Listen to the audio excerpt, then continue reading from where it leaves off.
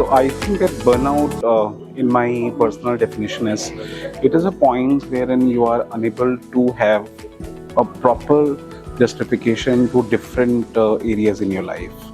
So I mean to say that you have a couple of responsibilities towards your personal life, your family members and all, and definitely, so it is a situation with work you are unable to maintain it. In most of the Indian companies, work hours are extended. So in my only one thing is key, you have to control the working hours. I have informal communication with my team members, so that helps me to tackle the burnout in the organization. Stop expecting your downline to revert to your mails, communication, post working hours. So I think that any official communication should be restricted during working hours and working days only. So that will really help. It will be culture building. According to me, burnout is a state where a person is chronically exposed to stress, which leads to a long-term state of exhaustion. In simple terms, when a person is stressed for a very long time, after certain point of time, their behavior snaps and they are not able to do anything at all. So burnout happens when a person reaches a state of exhaustion. So that exhaustion could be physical, that exhaustion could also be emotional or mental, and it could be due to the fact that they have too much work. It could also be due to the fact that people are not taking care of them, it could be the leadership issue. It could also be a cultural issue where if people are not organized in their day and random things pop up, then they might get tired very quickly. So it could happen at an individual level also, it could happen at a leadership level also, it could happen at a culture level also. And what probably the organizations can do is provide people support at that point of time and build resilience in the employees. I think burnout is when one gets very exhausted in terms of, you can't work anymore, you don't find happiness in your work or anything in your whatever you're doing. Your leadership, when you build a culture, the leadership has to follow that culture. So it's a combined activity that you do when you're building a culture in your organization. The leadership has to do the walk the talk.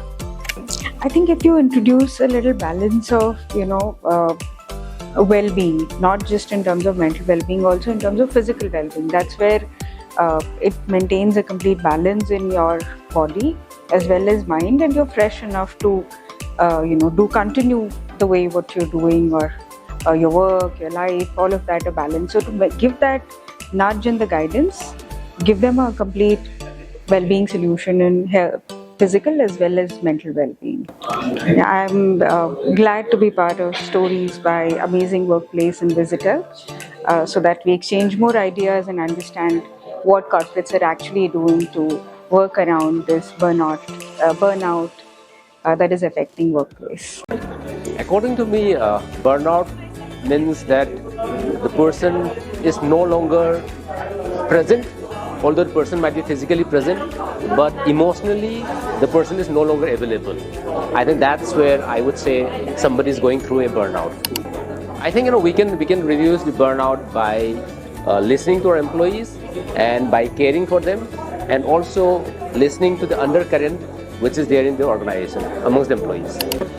I think we have had multiple interventions, but if I have to call out a few examples, I think enablement of our managers and leaders as to how they have their interactions with their employees overall, I think has actually helped reduce the burnout of our employees.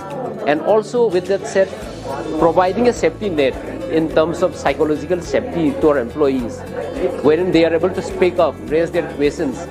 And we have done that at a large scale, wherein we have implemented EAP program, employee assistance program, wherein they can ask questions to us. I think these measures have actually helped in reducing the burnout. For me, burnout is, I think, a step-by-step process. It starts with boredom, moves to exhaustion. From there, it leads to stress, and then from there, it's kind of a downward spiral.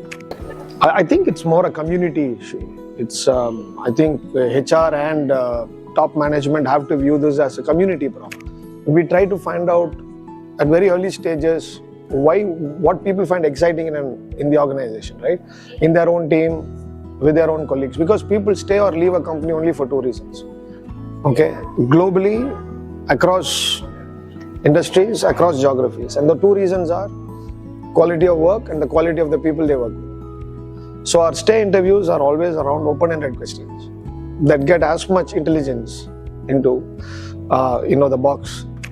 Your team and you are not very different. It's the very old adage that treat others as you would like to be treated first. Super glad to be a part of the amazing workplaces, the stories part that Amazing Workplaces is doing. I think it has to be done more strategically, and I think it needs to be looked into various aspects. And on work-life balance now work-life balance, we talk a lot about work-life balance, but work-life balance is pretty big to understand. It is about not just working late hours, how do you balance it out, and how do you divide your time between personal and professional commitments. But it's also about organization taking care of employees from an overall wellness perspective, so that it creates a positive impact on the emotional wellness and physical wellness of the employees. I think the culture it's interdependent, because culture is a creation by the leadership only. Right. So I think if the leadership has a conviction on it as to how do you maintain much lesser burnout in the organization, that's how the culture gets inculcated actually in the organization. So I think it flows from the leadership. I always believe that. And leadership allows a particular culture to build in the organization. So I think I put the onus on the leadership. For me, burnout is when high performers disengage from their work. That's the actual burnout. Of course, workload disintegration, unmanaged work, it's also a burnout. But yes, when high performers do not engage, for me that is a real burnout. We should rehumanize it by listening more actively, being more empathetic. So it's a support system. A good, humanized or rehumanized workplace it's a support system wherein our employees feel more heard, seen and valued. So thank you Amazing Workplaces and Visit Health to conduct such an amazing event. Thank you.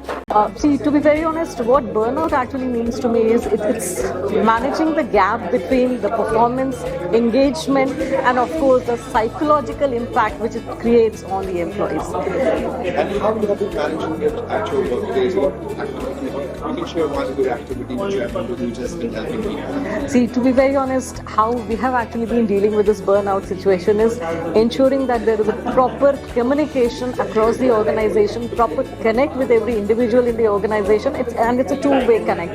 It's not only just one-way connect that we are doing. We ensure that people are being heard, and that's the reason we have different surveys that we have come up with, and it's a theme-based survey that we do. And when we talk about theme-based survey, it's not only restricted only related to their work. It's basically related to the infra, related to their managers, related to their work-life balance, what they actually feel about the organization, and what they actually expect from the organization while they are working. So I would say it's the communication and of course the feedback mechanism that we have developed in the organization has helped us to basically take care of the burnout thing. So burnout to me is like there is a imbalance between the physical body and the imbalance between the mental emotionals and how we can repair those things. It is basically invisible and inevitable to the people. Sometimes the individual himself or herself is not aware about their burnout situations. Yeah. So it was amazing to be the part of the Amazing Workplace and the story session, and I learned so many new ideas also from the fellow panelists also, and I also shared whatever I have learned, and it was nice connecting here. When I go to work and still I don't feel like to work, but I have to do work, and I'm feeling I make a lot of effort to do that work, and it make me stressed to perform that work. I can say it's a burnout. Of course, it's flow from leadership only. If whatever burnout is, it's tightly flow from leadership, and when leadership want, it can change the culture as well. I think we need to sit together and actually find out the problem which everyone is facing, and I think because of this technology era, everybody minds clouded that agent AI is going to solve a lot of problem, but still I think human problem need to be think in a human way rather than in a technological way. So we need to sit and see how emotional ROI can be calculated and it impact the organization in long term.